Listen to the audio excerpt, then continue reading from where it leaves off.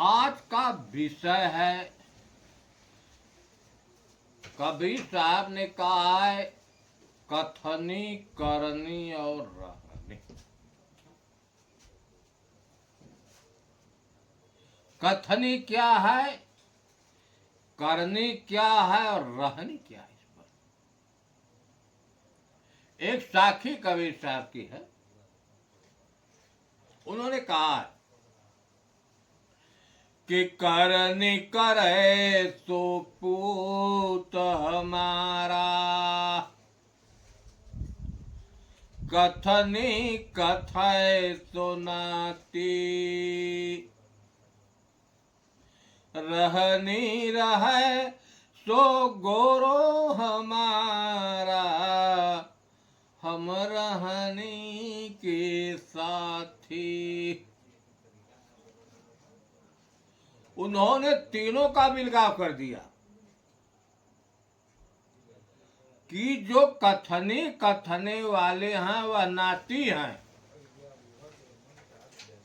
और जो करनी करने वाले हैं वह पुत्र हैं, और जो रहनी में रहने वाले हैं उनका दर्जा गुरु। पहले हम यह विचार करें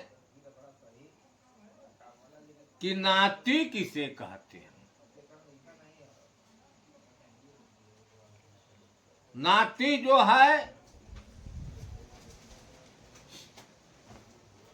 कबीर साहब ने नाती कहा है, पुत्र की पिता की पुत्री से जो पुत्र उत्पन्न होता है उसको नाती कहते हैं। पिता की पुत्री जो है दूसरे कुल में चली जाती है, उसका पति दूसरा हो जाता है, पुत्री अपने पति से प्रीत करती है, और उससे जो संतान उत्पन्न होता है वह भी अपने माता पिता से पुत्र कहता है, अपने नाना से संबंध तोड़ लेता है। तो कबीर साहब ने कहा कि नाती वह है जो हमारे खानदान का हमारा पुत्र नहीं है, वह दूसरे का पुत्र है, उसको उन्होंने नाती कहा। और जो करनी करने वाला वो का हमारा पुत्र है, और जो कथनी कथने वाला है वह गुरु। अब हम कथनी के बारे में विचार करें कि कथनी कौन लोग करते हैं। कथनी का मतलब होता है केवल वाणी जाल। जैसे गीता का केवल पाठ करना, प्रतिदिन पाठ करते हैं, ऐसे करने वाले कौन लोग होते हैं।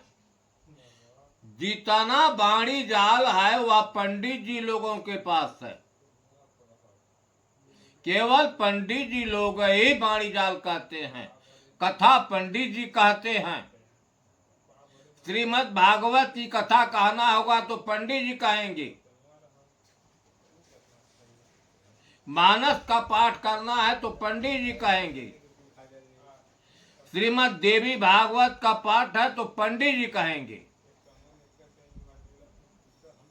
अर्थात जितनी वाणी जाल है वह पंडित जी के पास है। साधक और जिज्ञासु जो है वाणी जाल से परे रहता हो तो कर्म करता है। आप देख रहे हैं हर जगह प्रवचन हो रहा है, वाणी का बौछार हो रहा है, केवल पंडित जी करते हैं। पंडित जी के सिवा कोई साधक संत पाठ नहीं करता। मानस का पाठ होता है, लोग पारायण करते। ऐसे करने वाले पंडित जी लोग। कीर्तन होता है केवल वाणी जाप, पंडित जी ही कराने वाले हैं। जहां केवल वाणी ही जाल है। देखा, एक दृष्टांत है। एक जगह प्रतिदिन कथा होती थी श्रीमद् भागवत का। कथा कहने वाले पंडित जी थे। लोग बड़े चाव से कथा सुनते थे। पंडित जी का बड़ा आदर करते थे। जब पंडिताइन को मालूम हुआ कि इसी गांव में पंडित जी कई दिनों से कथा कहते हैं और बड़ी अच्छा कहते हैं, लोग पंडित जी की बड़ी प्रशंसा करते हैं, तो पंडिताइन ने सोचा कि हम भी चल के पंडित जी की कथा को सुने। पंडिताइन भी कथा सुनने के लिए चली गई। पंडित जी कथा प्रारंभ करना चाहते थे, उसी समय कुछ नियम बताया लोगों को कि हर प्राणी को शराब नहीं पीना चाहिए, सुरती नहीं खाना चाहिए, नशीली पदार्थों का सेवन नहीं करना चाहिए, झूठ नहीं बोलना चाहिए, लहसुन प्याज नहीं खाना चाहिए, गरम मसाला नहीं खाना चाहिए, कोई तीखा चीज नहीं खाना चाहिए, शरीर को नुकसान। यह बात मंच से पंडित जी बोले। पंडिताइन इस बात को बड़े प्रेम से सुन रही थी कि पंडित जी तो बड़ी अच्छी बात बता रहे हैं। समय हो गया भोजन का। अब पंडिताइन चली गई भोजन बनाने के लिए। अब उन्होंने भोजन जो है एक सैंपल बनाया। न लहसुन डाला, न प्याज डाला, न मिर्चा डाला, गरम मसाला तक नहीं डाला, केवल एक सात्विक भोजन बना दिया। कथा समाप्त हुआ। जब पंडित जी गए भोजन करने बैठे तो भोजन की थाली उनके सामने आई। तो पंडित जी जब भोजन ग्रास उठाए तो भोजन एकदम नीरस। तब पंडिताइन से कहा कि पंडिताइन, आपने क्या बनाया है भोजन में? तो पंडिताइन ने बड़े विनम्र भाव से कहा कि आप लोग जो कथा में बताए मैं वही बनाया हूं। आपने कहा कि मिर्चा नहीं डालना चाहिए, मसाला नहीं डालना चाहिए, लहसुन प्याज नहीं डालना चाहिए, गरम मसाला नहीं खाना। वही सुनकर हमने तो भोजन बनाया है। तब पंडित जी मुस्कुराए और बोले कि चौकी की बात चौका में नहीं लाई जाती। अरे हम तो चौकी पर बोल रहे थे, वह व्यवहार की बात नहीं है, आया बोल दिए। यह वाणी जाल है, यह कथनी है।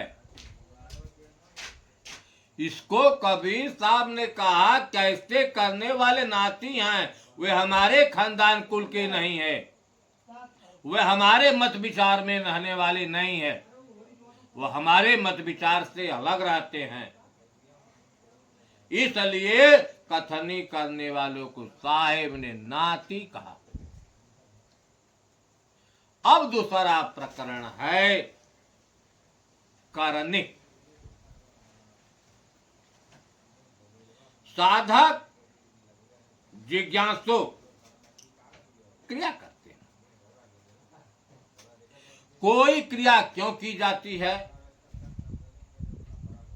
कुछ जानने की, कुछ पाने की इच्छा से। लोग तपस्या क्यों करते हैं? तपस्या में कर्म होता है। कुछ जानने की इच्छा है, पाने की इच्छा है, शक्ति प्राप्त करने की इच्छा है, सिद्धियां प्राप्त करने की इच्छा है, स्वर्ग वैकुंठ प्राप्त करने की इच्छा है। इच्छा को लेकर कर्म करते हैं।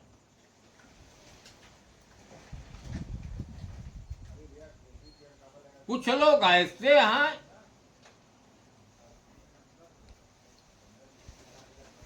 कि जैसे देखें, कोई मूलाधार पर ध्यान करता है,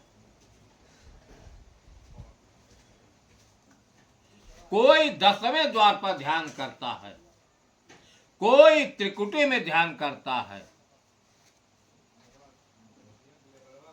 कोई शरीर के किसी अंग पर ध्यान करता है।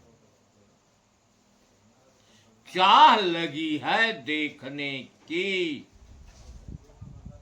कि साधना में क्या होता है, हम उसको देखें, हम साधक हो जाएं। पहले देखें, एक आदमी मूलाधार पर ध्यान करता था, जहां 4 दल का कमल, गणेश का वास, जहां से मल निकलता है प्रकृति तत्व। अब जानने की इच्छा थी कि मूलाधार पर ध्यान करने से क्या होगा। गणेश जी से भेंट हो जाएगी। उसके बाद ऊपर उठता है स्वाधिष्ठान, जहां जल तत्व प्रधान है, जहां से सृष्टि का कार्य होता है। वहां 6 दल का कमल है। वहां लोग ब्रह्मा का ध्यान करते हैं, ब्रह्मा का जाप करते हैं। इसके ऊपर हम चलते हैं मणिपूरक नाभि चक्र, जहां 8 दल का कमल लोग मानते हैं। वहां विष्णु का ध्यान करते हैं, वहां अग्नि तत्व प्रधान है। हृदय चक्र 12 दल का कमल, जहां भगवान शंकर का लोग ध्यान करते हैं।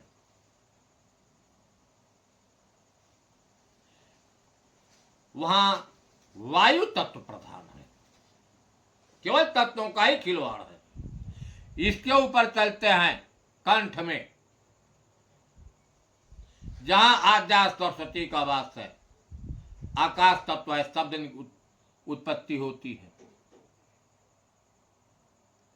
16 दल का कमल। इसके ऊपर हम चलते हैं त्रिकुटी, जिसको कहते हैं, जिसको हम त्रिकुटी कहते हैं, दोनों नयनों के बीच का स्थान। वहां लोग ध्यान करते हैं। वहां स्वयं मन है बैठा। अब मन क्या दिखाता है? सारा खिलवाड़ मन का है। मन क्या दिखाता है? मन पहले प्रकाश दिखाता है, इसके बाद अनहद शब्द सुनाई देता है, नाना प्रकार के राग सुर, आवाज, उगता हुआ सूर्य दिखाई देता है, पूनम का चंद्रमा दिखाई देती हैं, नाना प्रकार के रंग बिरंग दिखाई देते हैं। आपने देखा कि यह सब क्रिया माया की है, सब मान का एक खिलवाड़ है। सारा खिलवाड़ मन का है। इसमें क्रिया होती है। क्रिया जहां है वहां परिणाम बनेगा। जब कर्म होगा तो कर्मों का परिणाम बनेगा। उन परिणाम को भोगने के लिए मुझे शरीर धारण करना पड़ेगा, क्योंकि कर्म बधे या जीव जुग जुग आवे जाय, कर्म कयंकुर जराए की। आप कोई क्रिया करेंगे तो कर्म का परिणाम लेकर करते हैं, बिना कारण का कार्य नहीं होता। जो कुछ क्रिया होती है उसका परिणाम बनता है। यह तो स्थिति करने की है। ऐसे करने वाले जो हैं साधक होते हैं, पंडित जी नहीं करते, जिज्ञासु करता है। ऐसे करने वाले को कबीर साहब ने कहा कि हमारे पुत्र हैं, पुत्र की दर्जा दे देते हैं, लेकिन इसके बाद है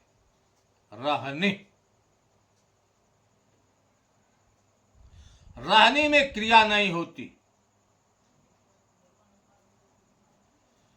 केवल रहना है, स्थिर होना। अब रहने की क्या स्थिति है, संतों ने क्या बताया है। गीता में हम देखें, रहने में ज्ञानी रहता है, जिसको आत्म बोध है, आत्म परिचय हो गया, आत्म साक्षात्कार हो गया, ऐसे लोग ही रहने में रहते हैं। और जिसको बोध नहीं है, साक्षात्कार नहीं है, वह तो परमात्मा को प्राप्त करने के लिए कर्म करता है। तो रहनी पर देखें, वही गीता का श्लोक है। आत्मज्ञानी देखता है क्या कि समम सर्वेषु भूतेषु तिष्ठन्तं परमेश्वर, कि वह परमात्मा, वह आत्मा समान रूप से सभी भूतों में स्थित है। एक ही परमात्मा, एक ही आत्मा सभी भूतों में स्थित है। कैसे कि एक निरंतर अंतर नाही, ज्यों घट जल सत जाई हो, एक समान कोई समझत नाही, जरा मरण। जैसे एक ही चंद्रमा है आकाश में, जितने घड़े जल से भरे हैं, जितने जल पात्र हैं, सब में एक ही परमात्मा प्रतिबिंब, एक ही चंद्रमा प्रतिबिंबित होता है। उसी प्रकार एक ही परमात्मा तत्व है, जितने घट में सब में वही प्रतिबिंबित होता है, कोई दूसरा नहीं। यह भी कहा विनश्यत्य विनश्यन्तम यह पश्यति सह पश्यति। आत्मज्ञानी देखता है कि सभी भूतों के नाश होने के बाद भी उस आत्मा का नाश नहीं, यह नहीं है। समम पश्यति सर्वत्र, समवस्थित ईश्वर, वह परमात्मा को समान रूप से सर्वत्र और हर प्राणी के अंदर दिखता। आत्मा का कभी भी नाश नहीं होता, यह भी जानता है, इसलिए वह शाश्वत पद को प्राप्त। आपने देखा इसमें कोई कार्य नहीं। दूसरा श्लोक देखा है, वही गीता का भगवान कृष्ण ने बड़ा मार्मिक उपदेश सभी लोगों के लिए कहा है। क्या कहा है कि निर्माण मोहाजित संग दोषा। अरे मेरे भाई, निर्माण मोहा, मान बड़ाई से दूर। मान बड़ाई जो है अहंकार का सूचक है, इससे दूर हो जाओ। और मोह, जो संसारिक वस्तुएं हैं इससे लगाव मत रखो, क्योंकि मोह सकल व्याधिन कर मूला। सारे व्याधियों का मूल मोह ही है। फिर कहे कि जित सांग दोषा, आपके संग में जितने दोस्त हैं आप उसको जानते हैं। जीत लिए था उसको हटा दीजिए। तो दोष कौन है हर प्राणी के अंदर? काम, क्रोध, लोभ, मोह, मद, मत्सर, ईर्ष्या, यही दोष है। यही मुझे गर्त में ढकेल देते हैं। कहे अध्यात्म नित्य, अध्यात्म में नित्य स्थिति। प्रश्न उठता है कि वह अध्यात्म है क्या?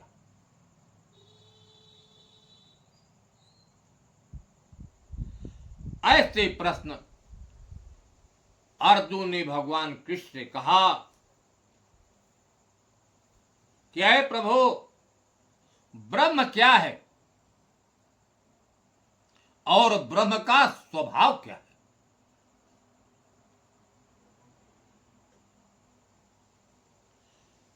तो भगवान कृष्ण ने कहा, जिसका कभी भी नाश न हो, अक्षरम ब्रह्म परमम, जिसका कभी भी नाश न हो, जिसका कभी अभाव न हो, वह ब्रह्म। स्वभाव अध्यात्म मुचते, कहे कि ब्रह्म का जो स्वभाव है वही अध्यात्म है।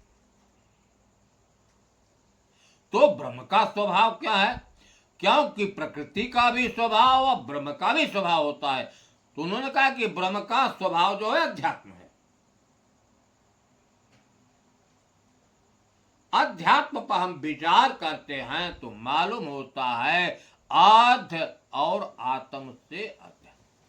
आध्य माने होता है अध्ययन करना, देखना। आत्म का मतलब होता है जिसमें तम नहीं है, केवल प्रकाशक, जो सबको प्रकाशित करने वाला है और सबको देखने वाला है, उसी को अध्यात्म नाम से कहा। उसमें नित्य स्थित, वे निवृत्त कामा, हमारे अंदर किसी प्रकार की कामना न हो, इच्छा न हो। कामना जब भी होती है सांसारिक वस्तुओं की। द्वंद्व विमुक्तौ सुख दुख संग, आपके पास जो सुख दुख है, द्वंद्व दोनों में यह रहनी है। एक छोटी सी भजन मैं आपके सामने रख रहा हूं समय अभाव के कारण। नानक जी ने कहा कि साधो मन के मान त्यागो, जो मन माना है उसको छोड़ दो। काम क्रोध संगते दुर्जन, ताते आहे निशि भाग,